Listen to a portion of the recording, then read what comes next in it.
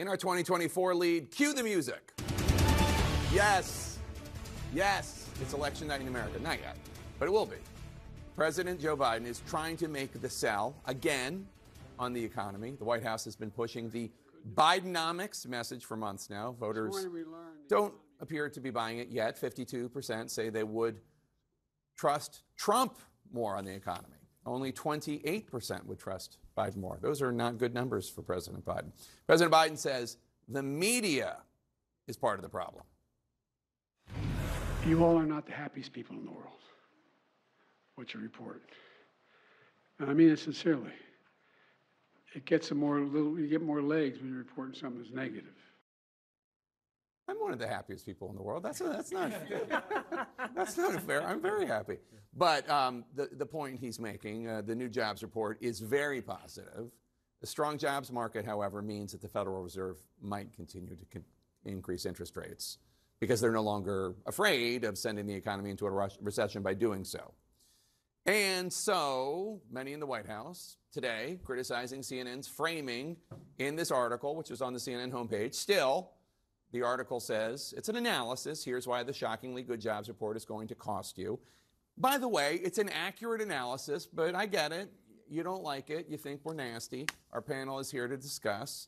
Karen Finney. Yes.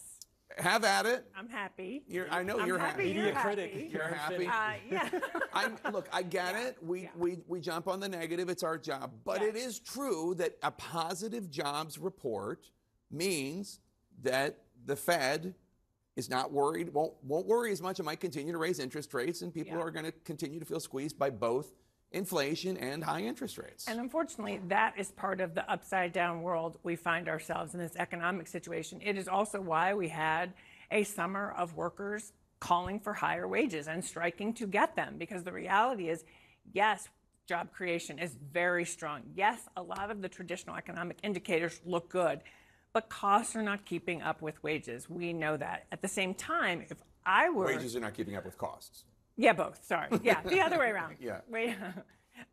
But what I would also say is I wish they would also lead with reminding people that part of what President Biden was trying to do in Build Back Better was to continue to control the things that he can. So we reduced costs for prescription drugs. You know, in Build Back Better that didn't get passed, we had childcare, we had paid family leave. These are issues that are affecting the American people, that are affecting their daily lives. President can't control a lot of costs.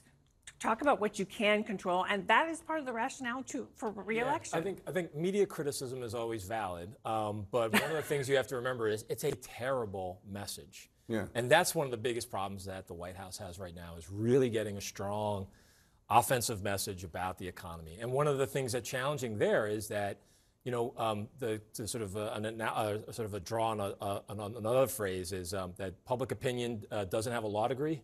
Well, it doesn't have an economics degree either. It's all about how people feel. And right now, they just feel like with inflation and high gas prices, that the economy's not tracking in the right direction. Yeah. No, it's a great point, because I was watching, I used to work at a network once upon a time down the street, rhymes with Rock's Business. And they were talking about, earlier today, Maria Bartomo had on the jobs report and 336,000 new jobs added.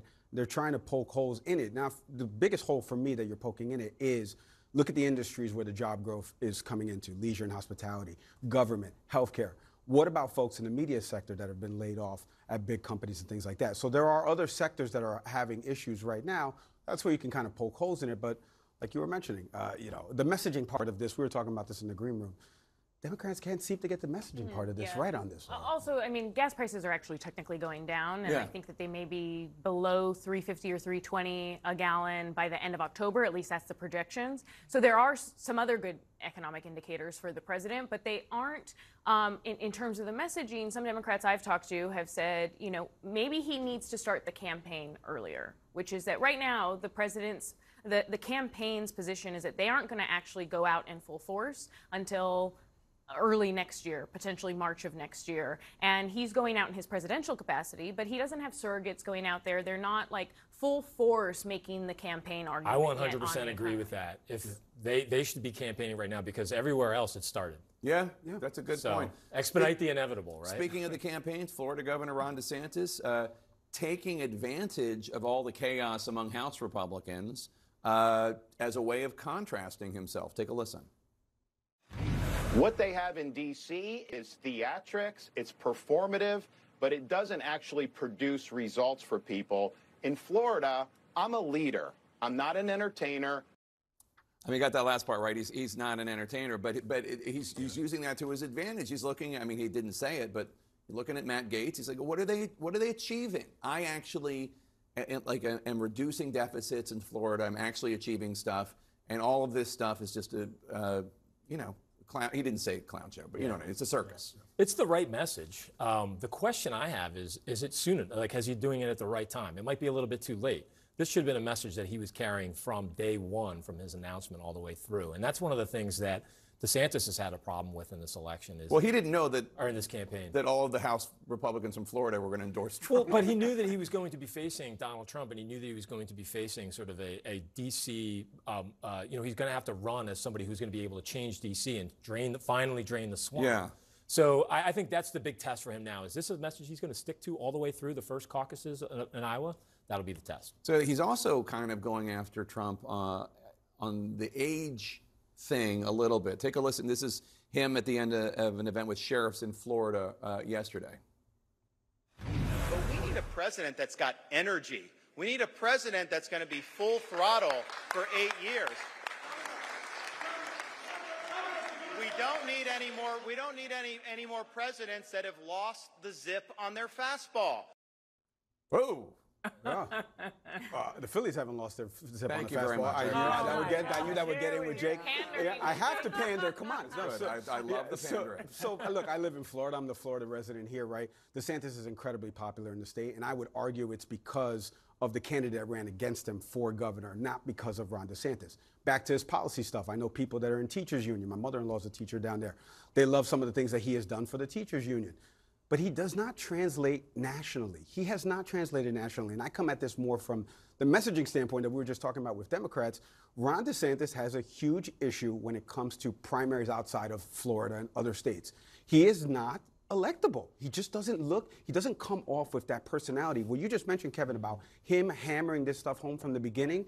Like Yogi Berra, it's getting late early, and he was a little late to this right now, doing some of this stuff. He should have been doing this stuff months ago, and that's why people have jumped to the 7% like Vivek and Nikki. Raising the age issue is something that Nikki Haley had been doing for a long time, and it hasn't helped her, surpass Donald Trump. And I'm really skeptical that it's going to help Ron DeSantis. When we're also then now talking about the age issue with President Biden, which some voters have raised to me that I've talked to. One, again, on their messaging, I'm curious if they're going to lean on what recent generals have talked about, even some of the generals that you've talked to, Jake, which is that they have recently come out saying, look, behind closed doors, Biden has substantive conversations. Oh, Millie said this. Yes. To Nora. Biden has substantive conversations.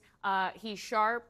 He reads all of his material, something that we know Trump didn't do, didn't read his briefing material. And so is the campaign, the Biden campaign, going to lean into and try to market that? The one quick thing I would say about Trump is he is running his 2016 playbook all over again. Yeah. And it seems like the Republicans in this primary are having the same challenges as the Republicans in the primary in 2015, 2016 were having. And still no one has really figured out how do you go after him effectively. I mean, Nikki Haley got a little bit of a bump, but not substantially enough to make a difference. Nobody's voted yet. We'll see what happens. That's right. Stay tuned. Thanks, everyone. Really appreciate it. Next.